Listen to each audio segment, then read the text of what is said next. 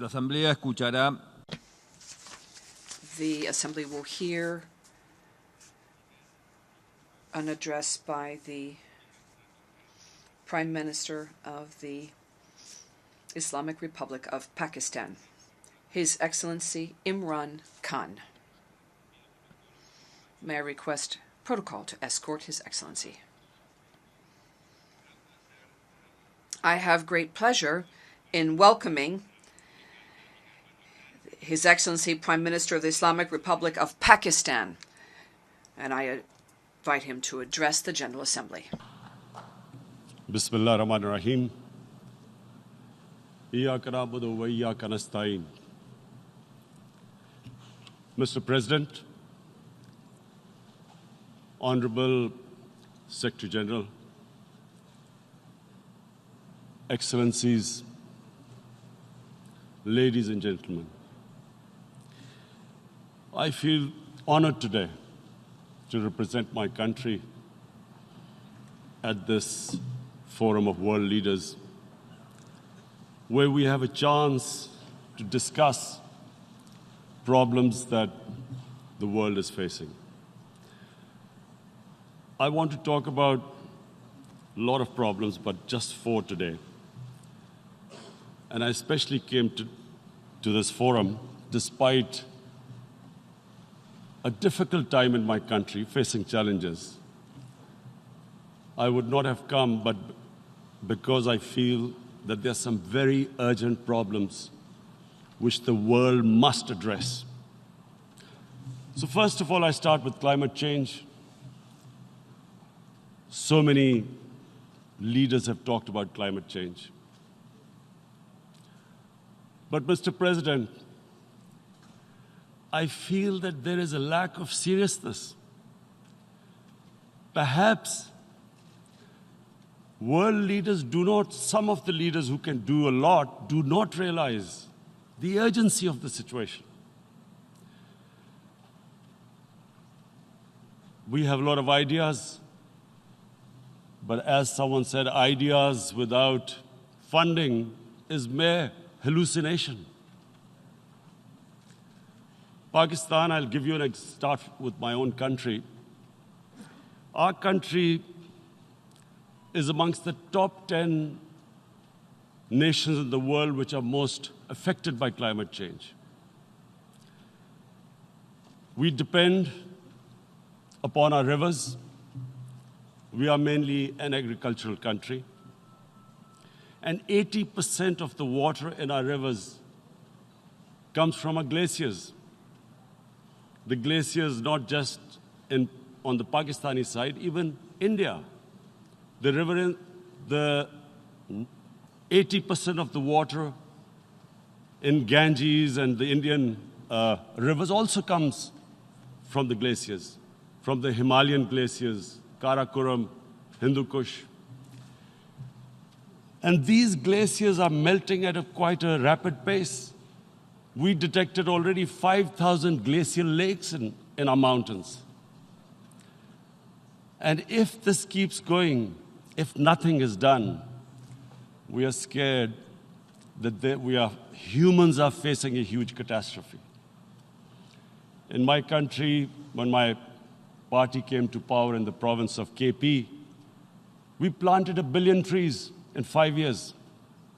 Now we've set ourselves a target of 10 billion trees in Pakistan.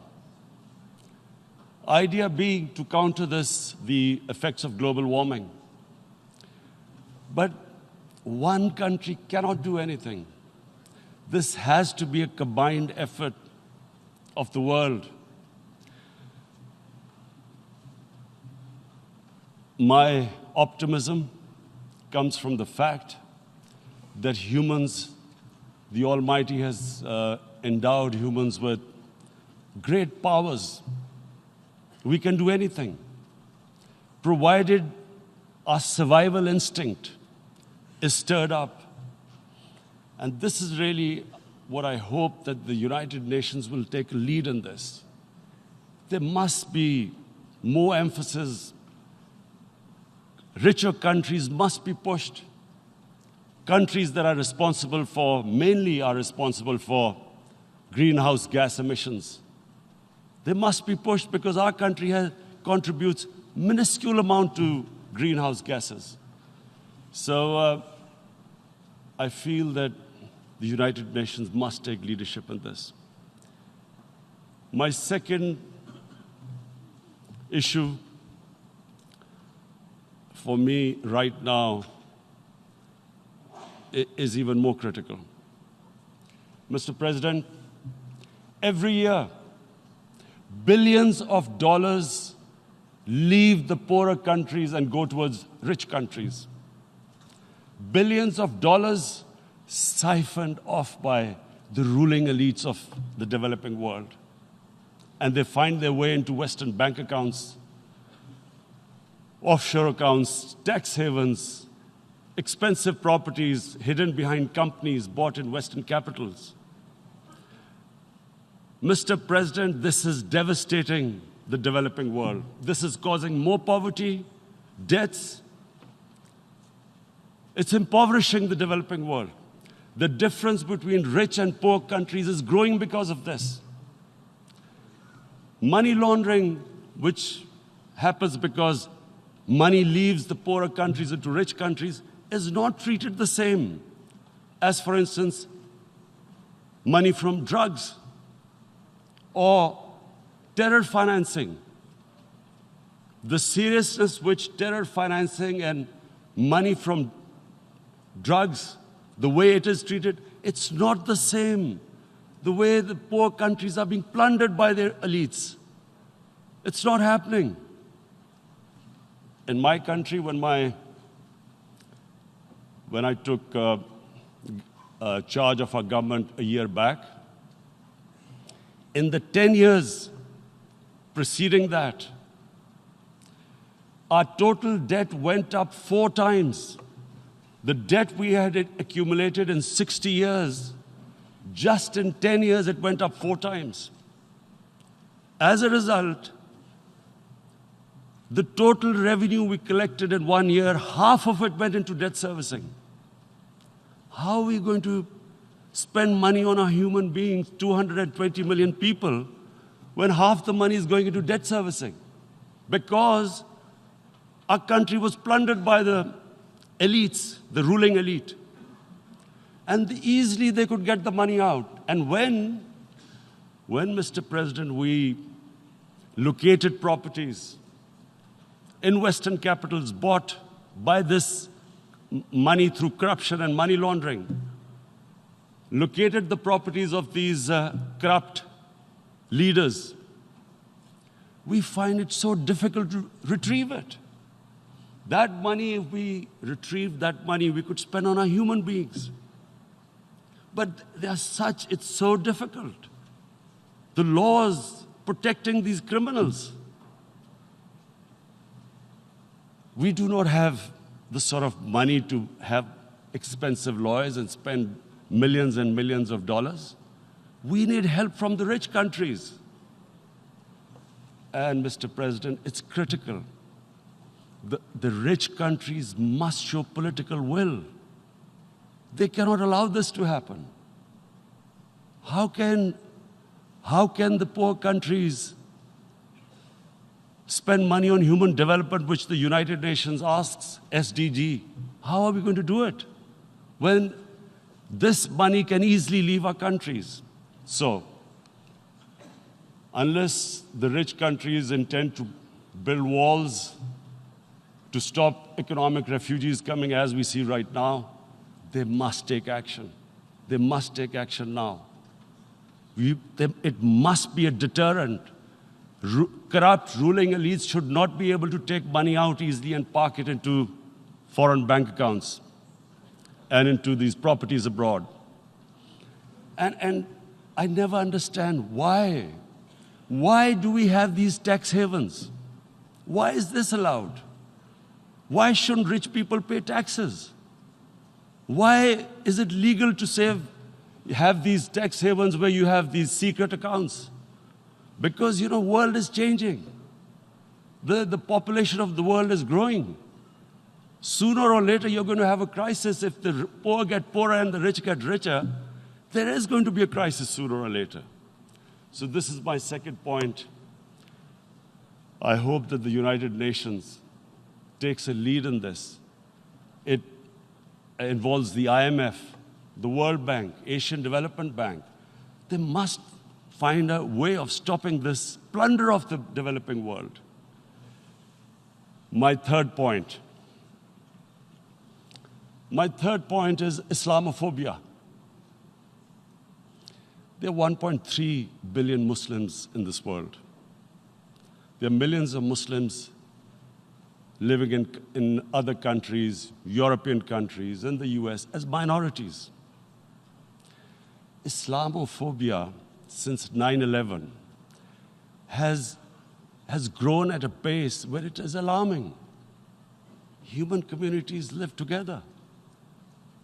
There should be understanding amongst them. But Islamophobia is creating a division. Muslim women wearing hijab, it's become an issue. It's become an issue in some countries. Hijab is some sort of a weapon. A woman can take off her clothes in countries, but she can't put on more clothes. How is this happening? Because of Islamophobia. And how did this Islamophobia start? After 9/11. And why did it start? Because certain Western leaders equated terrorism with Islam. Islamic terrorism. Radical Islam. What is radical Islam? There is only one Islam, and that is the Islam we follow of Prophet Muhammad sallallahu alaihi wasallam. There is no other Islam. Radical Islam, Islamic terrorism, what message did they send to people in the West? And why is there Islamophobia? How is a person in New York, in the Midwest, in the US, in European capital, how is he going to distinguish between who is a moderate Muslim and who's a radical Muslim? Because terrorism has nothing to do with any religion. This Islamic terrorism, Islamic radicalism, and sadly used by leaders, this has been the main reason for this Islamophobia. And it has caused pain amongst Muslims.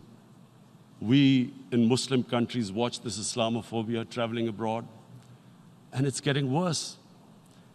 And may I just say, Mr. President, that in European countries, it is marginalizing Muslim communities. And we all know that marginalization leads to radicalization. Some of the people who ended up as militants in Syria and other places were from marginalized Muslim communities. And my point here is that we must address this issue. I'm sad to say that we Muslim leaders have not addressed this issue either. After 9/11, when this thing came about war against radical Islam, rather than Muslim leaders trying to explain to the West that there is no such thing as radical Islam, in all human communities, they are radicals. They're liberals and rest are moderate. All human communities, Christians, Jews, everyone has it. But Islam is not radical, neither Judaism, neither Christianity, neither Hinduism. No religion preaches radicalism. The basis of all religion is compassion and justice, which differentiates us from the animal kingdom. But unfortunately, the Muslim leadership was so scared of being called radical Islam that all of them became moderates. In Pakistan, we were in the eye of the storm, and our government coined a phrase called enlightened moderation. No one knows what it meant, but everyone started putting on Western suits that they were moderates, started speaking. Even those who didn't know English would speak English because they were moderates. No one had a clue what it was. Because we, in the Muslim world, did not explain to the West that there is no such thing as radical Islam. One of the reasons why after 9/11 Islam was supposed to be equated with terrorism was suicide attacks. Because the 9/11 bombers did a suicide attack, all sorts of theories came up that the Muslims are involved in suicide attacks because they will get virgin in heavens. Some came up with, what about women, suicide attackers? So this bizarre thing happened. No one explained. Suicide attacks and Islam were equated. No one did research that before 9/11, the majority of suicide attacks in the world were by Tamil tigers, who were Hindus. No one blamed Hinduism, and quite rightly. What has Hinduism got to do with what desperate people were doing in Sri Lanka? We all know we've seen films about Japanese kamikaze pilots at the end of the Second World War doing suicide attacks. No one blamed the religion. But here we were trying to prove we were moderates and not explaining to the West. But the most important thing I wanted to say here today, in explaining this Islamophobia, Mr. President, and I feel it's very important because I played professional sport in England, I spent a lot of time there, so I know how the Western mind works and how West views religion. So where the misunderstanding about Islam came. And one of the reasons it caused Islamophobia. That was, in 1989, this book was published, maligning, insulting, ridiculing our Prophet Muhammad sallallahu alaihi wasallam. And there was a reaction in the Muslim world. The West couldn't understand what was the problem. Because in the West, because I have spent so much time in the West, religion is perceived completely differently. They don't look upon religion like we do. And so, Islam was supposed to be an intolerant religion. It was against freedom of expression. And Islam took a real beating 30 years ago. I still remember it became a watershed. And every 2 or 3 years, someone would malign our Prophet, peace be upon him. There would be a reaction by the Muslims. And again, it was Islam, an intolerant religion. Again, this time, I blame a certain section of the people in the West who deliberately provoked this, knowing the impact it would have. But the majority of the people in the West didn't understand. This is where, again, Muslim leadership let the Muslims down. We should have explained to them what our Prophet, peace be upon him, means to us. So in 1 minute, I'll try and explain what he means to us. Our Prophet was the witness to the divine book, the Holy Quran.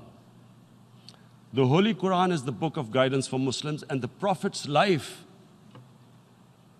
was living the Quran. He was an example of what the Quran guided us to be. So he is the ideal we all try to get to. The Prophet created the state of Medina, the first state in Islam.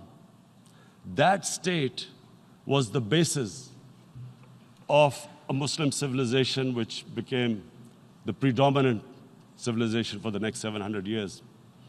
And what was that state?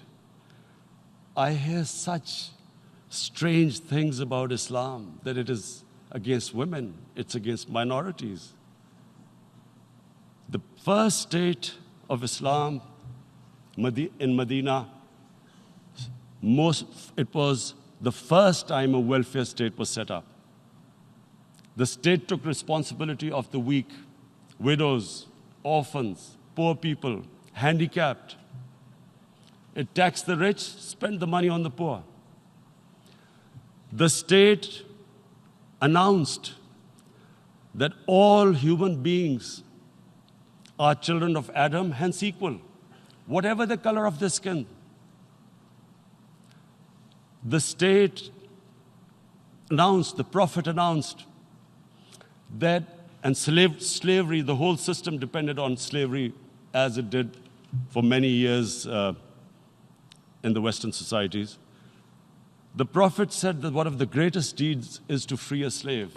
But because the society depended on slavery, he said, but if you have to, treat them as an equal member of the family. And as a result, something happened in a Muslim world which hasn't happened in any other civilization. Slave dynasties appeared. Slaves became kings. The Mamluks, slaves who ruled Egypt. In India, there were slave dynasties. And then, with minorities, again, you hear that Islam is supposed to be against minorities. Let me just make this clear. In Islam, the Prophet announced that everyone was free to practice his religion.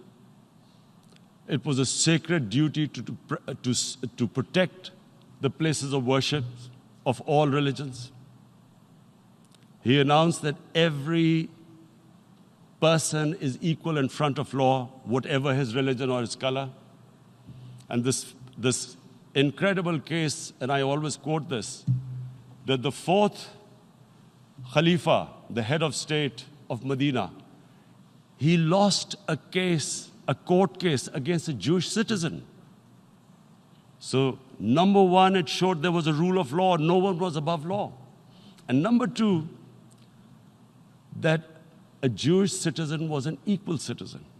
So, Mr. President, when a Muslim society is unjust to its minorities, it is going against the religion of Islam and our Prophet, peace be upon him. So, it is important to understand this. The Prophet lives in our hearts. When he's ridiculed, when he's insulted, it hurts. As we human beings understand one thing, the pain of the heart is far, far, far more hurtful than physical pain. And that's why the Muslims react. And I always thought that if I ever had the stage, I would try and explain this to the world community, especially to the Western community, because having lived in the Western community, people didn't understand this. When I first went as a teenager to England, there was a comedy film on Jesus Christ. It's unthinkable in Muslim societies. So we need to explain that, look, in a human community, we must be sensitive to what causes pain to other human beings. We have, in the Western society, and quite rightly, the Holocaust is treated with sensitivity because it gives the Jewish community pain. That's all we ask. That do not use freedom of speech to cause us pain by insulting our holy prophet. That's all we want. And now, the number fourth point, Mr. President, and this is the most critical point, is the reason why I especially came here. It is about what is happening in Kashmir. Before I go on this, I want to make one thing clear, that when we came to power, my first priority was that Pakistan would be a country which will try its best to bring peace. We had been through this war on terror. We joined the United States war on terror after 2001. And Pakistan went through one of its worst periods where 70,000 Pakistanis died and over 150 billion was lost to our economy. And Mr. President, I opposed the war because in the 80s, Pakistan had joined the Western countries in what was the freedom struggle then in Afghanistan against the Soviets. And it was funded by the Western countries. These Mujahideen groups, which were treated in guerrilla warfare, were trained by Pakistan Army, funded by the Western countries, and especially US, and they waged what was a freedom struggle in Afghanistan. The Soviets called them terrorists. We called them freedom fighters. 1989, the Soviets retreated. The Americans packed up and left. Pakistan was left with these groups. Come 9/11, Pakistan joined the United States in this war on terror. And now our government was supposed to, the reason why I opposed joining this war, because here we had indoctrinated them in jihad, meaning freedom struggle against foreign occupation. Now, because we had joined the US, and the US had occupied Afghanistan, now we were supposed to tell them that, no, this is not freedom struggle and jihad, it's terrorism. So that's why I tried to tell then government that, stay neutral because you will have leverage over them. You will be able to control them. But if you join them, you become collaborators and they will attack you, which is what happened. They turned against us. We went through a nightmare. 70,000 people killed in a war we had nothing to do with. No Pakistani was involved in 9/11. Taliban were in Afghanistan. Al-Qaeda was in Afghanistan. What had we to do with it? 70,000 Pakistanis died. So when we came to power, we decided that we would dismantle what was left of these groups. And this decision was taken not just by us, but by all the political parties in Pakistan. Unfortunately, they didn't implement it. So we came to power, we decided to implement it, and we dismantled whatever was left of the groups. And I know that India keeps accusing us that there are these groups there. I would like the United Nations to send observers, see for themselves what we've done. No Pakistani government would have dared to do this because it would have created strife. But we decided that there would be no militant organizations in Pakistan. So I need to give you this background and to what I'm going to say later on. And secondly, we started mending fences. I invited the Afghan president. We developed a relationship with Afghanistan. We had problems with Iran. We mended fences there. And then India. Now let me just give you a little background about my relationship with India. Because of cricket, and cricket being it's a passion in the subcontinent, I had great following in India. I have friends in India, and I loved going to India. So immediately, when my party came to power, the first thing we did was to immediately reach out to India. And I spoke to President Modi and I said, look, we have similar problems. Climate change, poverty, let's get together. Let's resolve our differences through trade. Let's build a relationship on trust. Prime Minister Modi told me that, there were terrorist attacks from Pakistan. I said, we have problems with you. There are terrorist attacks which we know are instigated by India in Balochistan. We caught a spy, Kulbhushan Yadav, who admitted what the sabotage going on in Karachi and Balochistan. So we said, look, let's leave that behind. Let's move forward. Our main priority should be our people. The highest number of poor people live in the Indian subcontinent. Unfortunately, didn't make any headways. Our foreign minister was supposed to meet on this in the UNGA last year. India cancelled it. We thought that it's their election coming up. It's a nationalist, ultra-nationalist party. It doesn't want to cozy up to Pakistan. So we thought, okay, we'll wait till the elections. Meanwhile, a 20-year-old Kashmiri boy, whose father said was radicalized by the security forces in Kashmir, blew himself up on an Indian convoy. Immediately, India blamed us. I spoke to the Indian public on television. I said, if you give us any iota of proof, we will immediately take action, because we've clamped down on these groups. Rather than sending us any proofs, they sent their jets in, they bombed us. We retaliated. A jet, 2 of their planes were shot down, 1 pilot bailed out in Pakistan. We immediately returned the pilot, saying that, look, we do not want any escalation. Rather than taking that as a peace gesture, the entire campaign, almost the entire campaign of Mr. Modi in the election was how he had taught Pakistan a lesson that jets had killed 350 terrorists. Complete lie. They had just killed about 10 trees of ours, which was quite painful given that, we are growing all these trees. He then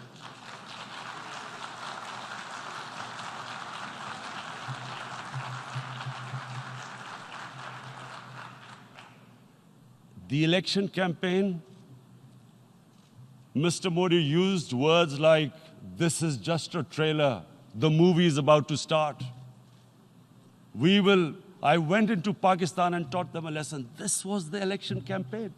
Okay, so we thought, us politicians make all these statements to win elections. So, okay, after elections, we'll get back to our normal relationship. Well, the moment the elections ended, we approached India, no response, but then we discovered they were trying to push us in the FATF blacklist to bankrupt us. That's when we realized there was an agenda. And that agenda became obvious on the 5th August when India went against 11 United Nations Security Council resolutions, which say that Kashmir is a disputed territory and the people of Kashmir have the right of self-determination. They went against that. They went against Simla Accord, which is about bilateral, sorting out our differences through bilateral means, went against that. They actually went against the Indian Constitution. Illegally, they revoked Article 370, which gave Kashmir the special status. They got an extra 180,000 troops there. Total number of security forces in Kashmir now are 900,000. And they put 8 million people of Kashmir under curfew.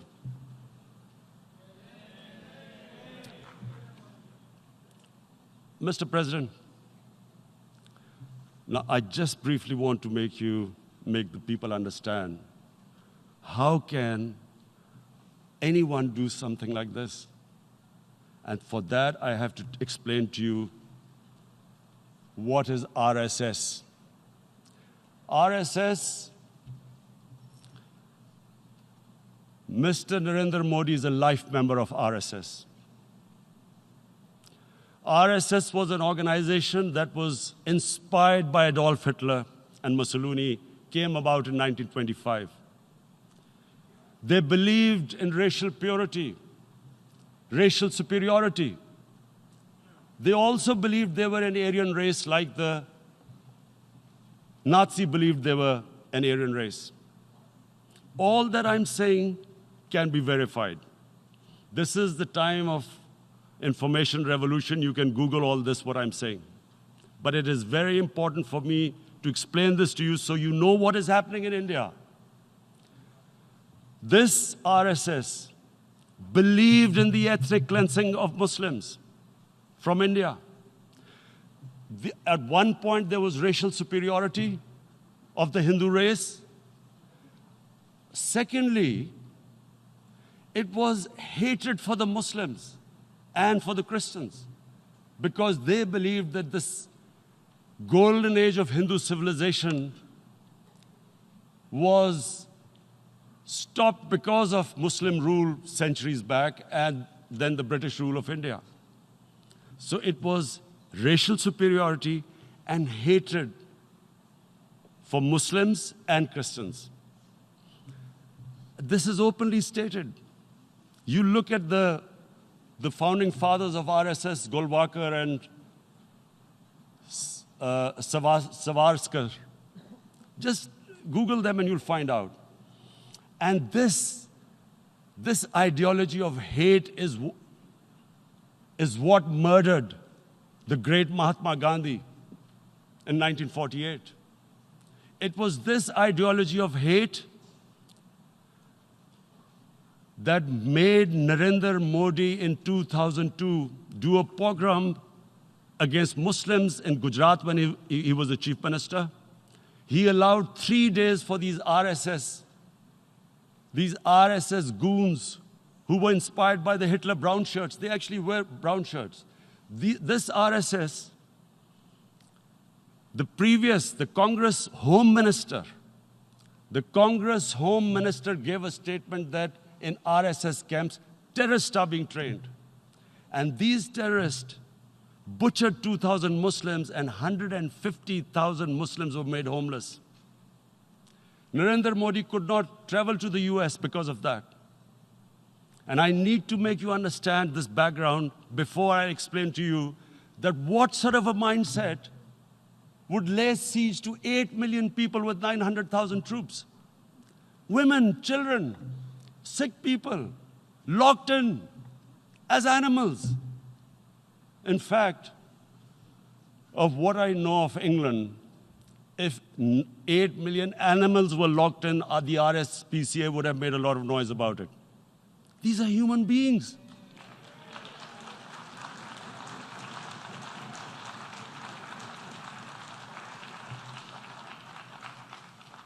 And Mr. President, what comes with racial superiority, these illusions of Aryan superior race, is arrogance. The two go together. And it's arrogance that makes people make mistakes and do stupid things. Cruel things like what Narendra Modi has done. It's sheer arrogance. And it's arrogance that has blinded him from the fact that what is going to happen when the curfew is lifted? Has he thought about it? This hasn't been thought through. What is he going to do when he lifts the curfew?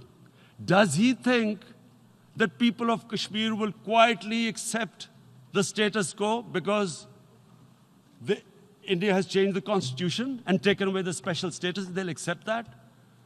Mr. President, 100,000 Kashmiris have died in the past 30 years because they were denied the right given by the United Nations, the right for self-determination. 100,000 have died and 11,000 women have been raped. There are 2 United Nations human rights reports on this. The world hasn't done anything because India is a huge market, 1.2 billion people. Sadly, the material prevails over the human. But this has serious consequences. Again, I repeat, that's why I'm here. Look, what is going to happen when the curfew is lifted will be a bloodbath. The people will come out. There are 900,000 troops there. They haven't come to, as Narendra Modi says, he's done this for prosperity of Kashmir. This is supposed to be for the development. These 900,000 troops, what are they going to do when they come out? There'll be a bloodbath. Has he thought it through what happens then? Mr. President, has anyone thought that what happens when there is a bloodbath? What do you think the impact will have on people of Kashmir? What do you think they will think? The way they have been boxed in their houses, treated like worse than animals, no rights. Thousands of all the political leadership has been arrested, taken out of Kashmir. Even those Kashmiri leaders who were pro-India have been taken out. 13,000 boys have been picked up and taken to God knows which destinations. So what do they think? What will the people of Kashmir do when they lift the curfew? They will be out in the streets. And what will these soldiers do? They will shoot them. They've already used pellet guns, blinded young boys. In the last 6 years, the 5 years, the oppression that has gone on in Kashmir. And so, Kashmiris will be further radicalized. Mr. President, there will be another Pulwama. And guess what? India will blame us. They're already blaming us. They're saying all this is happening because of Pakistan. One of their defense ministers said, there are 500 terrorists lined up on the border to go in. Why would Pakistan send 500 terrorists when there are 900,000 troops? What impact are they going to make? What will they do? And why would? Don't we know that the moment there is some terrorist attack, all that will happen is there'll be further cruelty and oppression of the people of Kashmir. We will just give the 900,000 troops to further crush the people of Kashmir. And then we'll give the Indian government an excuse that, look, Pakistan is a terrorist state, and this mantra that has gone on, Islamic terrorism. The moment you use this catchword, Islamic terrorism, the whole world turns away. No one talks about human rights. You can do whatever you want, which is what has happened in Kashmir, because they keep using this word, Islamic terrorism. And this is what they're doing right now. What do we benefit from further increasing the cruelty on the people of Kashmir? And why would we want this? But there is no other narrative left for India. As when they lift the curfew, whatever happens, Pakistan will be blamed, and there is always a danger of another Pulwama. They might come and bomb us again, and then another cycle might start. And what does Narendra Modi think? That 180 million Muslims of India are thinking right now. Aren't they watching these Kashmiris stuck inside for 55 days they've been stuck in? Aren't they watching? What do you think? Don't you think that the Muslims will be radicalized in India? And I'm talking about 180 million people. And when they get radicalized, there will be some incident in India somewhere down the line. Again, we will be blamed. And I'm warning you right now, again, we will be blamed. And, Mr. President, what about 1.3 billion Muslims who are watching this? And they know that it is only happening in Kashmir because they're Kashmiri Muslims. This is not happening to Kashmiri Hindus. They know that this is happening because of their religion. So what do you think they will be thinking? What do you think the Jewish community would think if they were, forget 8,000 Jews stuck like this? What do you think Europeans would think? What do we think? I mean, any human community, if their members are stuck like that, what do you think they will think? Are we a children of a lesser God? Is it not going to cause us pain? And then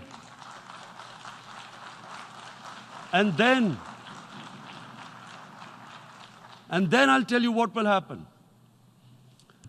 People will, in the 1.3 billion Muslims, someone will pick up arms. I know we've been brought up with films, Western films. This good, decent guy doesn't get justice. he decides to pick up a gun and start seeking justice. There was a film made in New York, famous film called Death Wish. This guy gets mugged by and his family, his wife gets killed or something. He can't get justice. He picks up a gun and he goes around shooting muggers. And the whole cinema cheers him on. So what do you think the Muslims are thinking right now? If there is a bloodbath, there will be Muslims becoming radicals, not because of Islam, but because of what they will see, that there's no justice when it comes to Muslims. There were Rohingya Muslims, Myanmar, who are, God knows, almost 1 million people out, ethnic cleansing. What was the response of the world community? So what do you think will be the response of 1.3 billion Muslims? I picture myself. I'm in Kashmir. I've been locked up for 55 days. I have heard about, and there are rapes, Indian Army going into homes, soldiers. Would I want to live this humiliation? Would I want to live like that? I would pick up a gun. You're forcing people. You are forcing people into radicalization.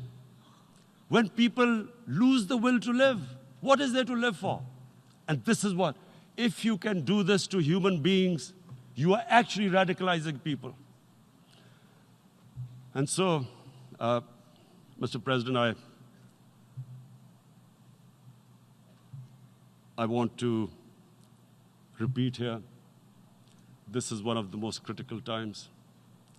There will be a reaction to this. Pakistan will be blamed. 2 nuclear-armed countries will come face to face like we came in February. And before we head in that direction, the United Nations has a responsibility. This is why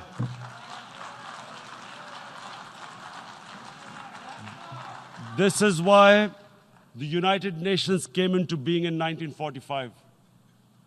You were supposed to stop this happening. I feel we are back to 1939, Munich. Czechoslovakia has been taken, annexed.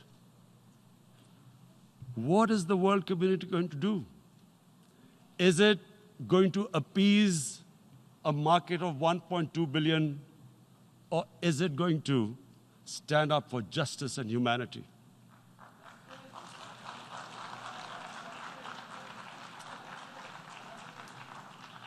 If this goes wrong, you hope for the best, but be prepared for the worst.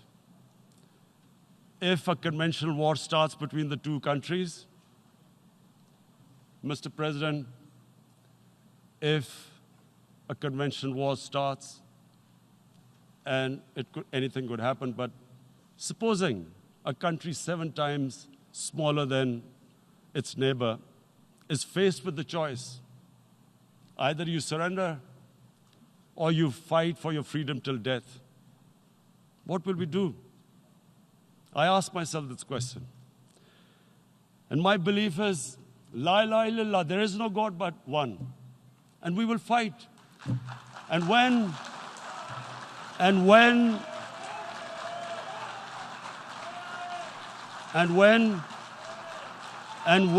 a nuclear-armed country fights to the end, it will have consequences far beyond the borders. It will have consequences for the world, which is why I repeat I'm here. Because I'm warning you, it's not a threat. It's a fair worry that where are we headed? And I've come here to tell the UN, you've got to, this is a test for the United Nations. You are the one who guaranteed the people of Kashmir the right of self-determination. They are suffering because of that. And this is the time. This is the time not to appease like in 1939 appeasement took place. This is the time to take action. And number 1 action must be that India must lift this inhuman curfew, which has lasted for 55 days. It must free all political prisoners, and especially those 13,000 boys that have been picked up. Parents don't know where they've disappeared. And then the world community must give the people of Kashmir their right of self-determination. Thank you. En nombre de la Asamblea General agradezco. On behalf of the General Assembly, I would like to thank His Excellency, the Prime Minister of Pakistan, and I ask protocol to escort His Excellency.